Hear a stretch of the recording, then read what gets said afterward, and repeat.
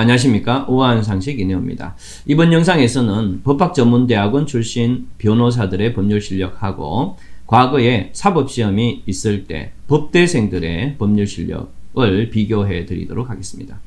법학전문대학원 출신의 변호사하고 사법시험이 있을 때 사법시험을 합격한 그러한 변호사들의 법률 실력과는 너무나 큰 차이가 나서 비교 대상 자체가 안 됩니다. 그래서 법학전문대학원의 변호사의 법률 실력하고 그 다음에 과거에 사법시험 있을 때 법대생들의 법률 실력과 비교를 해야 정상인 것 같습니다. 그런데 제 비교 영상에서는 법학전문대학원 1회 변호사 시험 합격생 김남국이라는 사람이 국정감사에서 했던 발언들, 이 발언들이 사례로 등장을 할 수도 있기 때문에 그런 거에 대해서 거부감이 있는 분들은 영상을 보시지 않으시면 되겠습니다.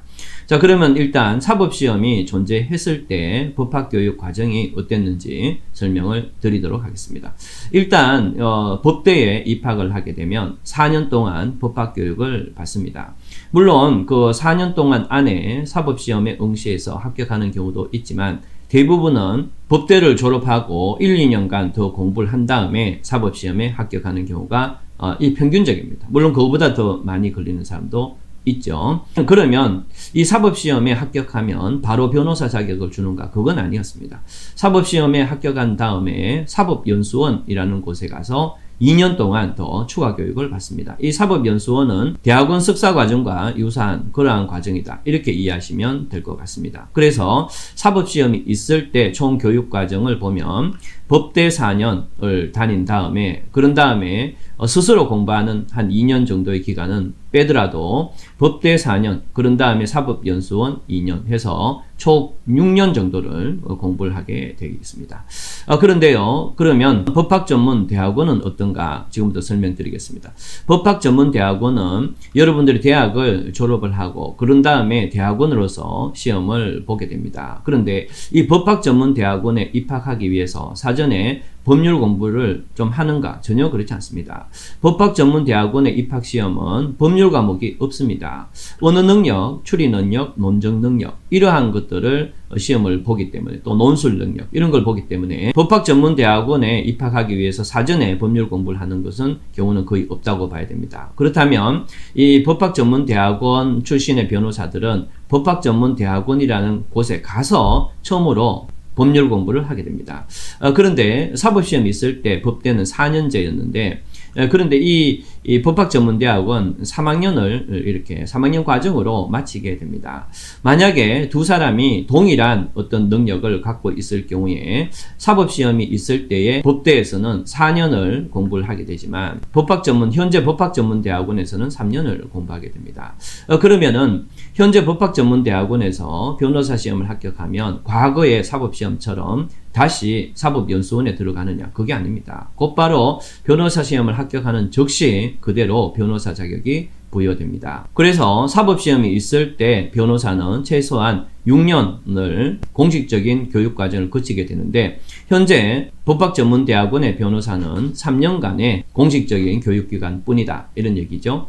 그런데 법학전문대학원의 변호사들은 이렇게 얘기할 수도 있습니다. 법학전문대학원에서 변호사 시험을 합격을 하게 되면 해당 파트에 가서 사후 보수교육을 받는다. 이렇게 얘기할 수도 있는데 그것은 사법시험에서 합격을 해서 사법연수원을 졸업해서 해당 부분에 가더라도 역시 보수교육이 있기 때문에 그건 동일해서 제외시키도록 하겠습니다.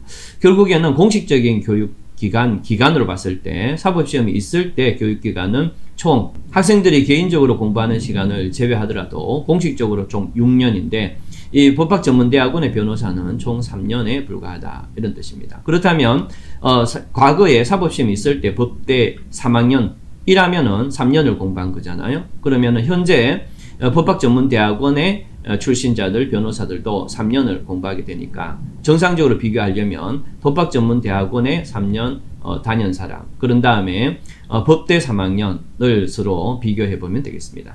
그러면은 이것을 비교하기 위해서 이번 국정감사에서 김남국이라는 사람이 했던 그 발언을 한번 들어보시겠습니다. 제가 김남국 이렇게 얘기하면 좀 불쾌하게 느끼는 사람도 있을 텐데요. 제 영상에서는 절대 사람 이름 뒤에 지위나 명칭을 붙이지 않습니다. 대통령이든 아니든 상관이 없습니다. 최대한 객관적으로 영상을 만들려고 하기 때문에 그 명칭이나 지위가 주는 주관적인 느낌이나 이미지 그런 것을 배제시켜서 지금 영상을 만들려고 하기 때문에 앞에서 말씀드렸듯이 지위나 명칭, 어떤 존칭은 쓰지 않는다는 거, 이걸 아시면 되겠습니다.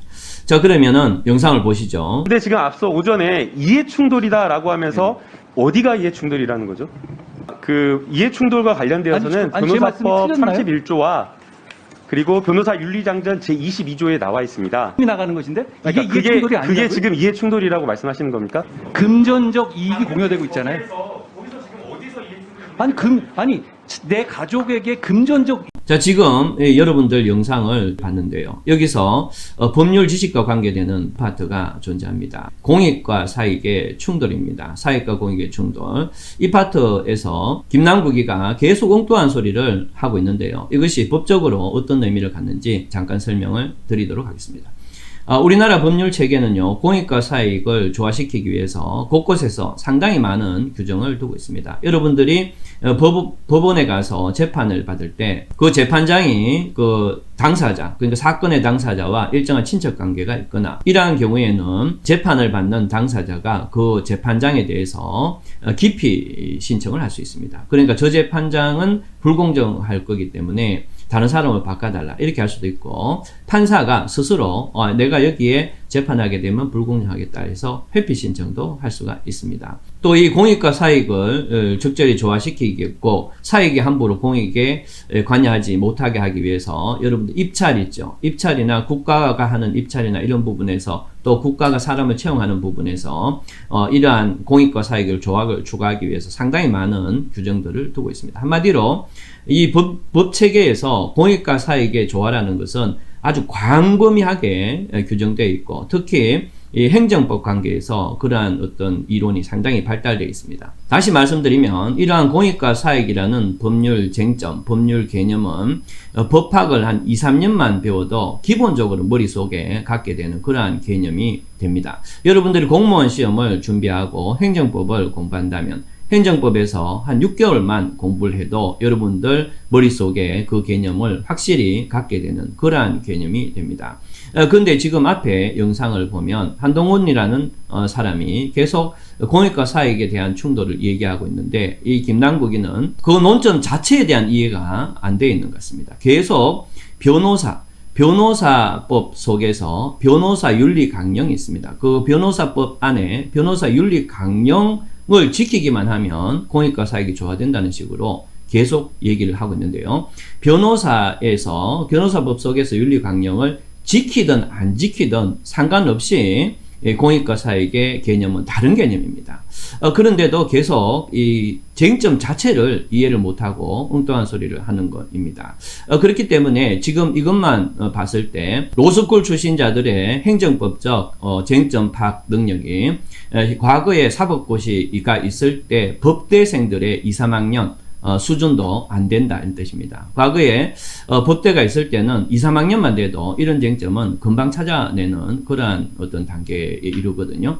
여러분들이 아마 아까도 말씀드렸듯이 공무원 시험을 조금만 이렇게 준비를 해봐도, 한 6개월만 준비해봐도 그런 어떤 쟁점 개념은 금방 이해하실 겁니다. 그럼에도 불구하고 앞에서 영상에 보셨듯이 그 쟁점 자체를 이해를 못하고 있기 때문에 이 현재 법학전문대학원의 변호사 능력은 과거에 사법시험이 있을 때 법대 2, 3학년 수준보다도 낮다, 이렇게 볼 수가 있습니다. 그런데요, 이 법학전문대학원은 처음에 만들 때에 주장했던 그런 장점들이 있습니다. 가장 큰 장점은 그때 얘기했던 게 이런 것들입니다. 아니, 이혼을 하지 않은 사람이 어떻게 판사가 돼서 이혼 재판을 하겠느냐. 노인이 그 노인 사정을 제일 잘 알지. 그렇기 때문에 노인도 변호사가 돼서 그 재판을 할 수 있어야 된다. 뭐 이런 어떤 한마디로 이 사회의 다양한 경험을 바탕으로 법을 교육을 해라.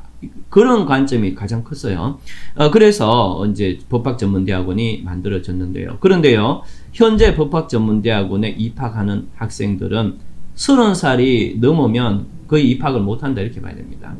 교수들 법학전문대학원의 교수들 간의 공공연히 이제 얘기가 되는 게 있어요. 그것은 서울권에는 28살을 초과하면 합격하기 어렵다. 이거는 법학전문대학원에 있는 교수들 간에 떠도는 얘기입니다. 물론 예외적으로 그렇지 않은 나이대가 간간히 끼어 있기도 할 겁니다. 근데 기본적으로 28살을 초과했을 때는 법학대학원에서 뽑지를 않아요. 왜 그럴까요? 왜 그럴까요?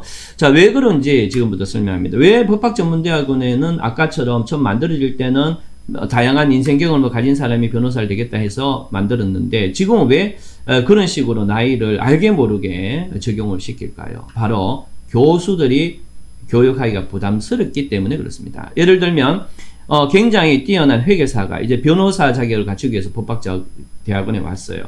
그러면은 그 회계사만큼 회계에 대해서 잘하는 법학전문대학원 교수가 없다는 말입니다. 그러면 또 첨단 산업에서 굉장히 오래 여러분들이 근무했던 그런 사람들이 법학전문대학원에 왔다. 그러면 IT에 대한 법을 그 교수보다 더 잘 알겠죠.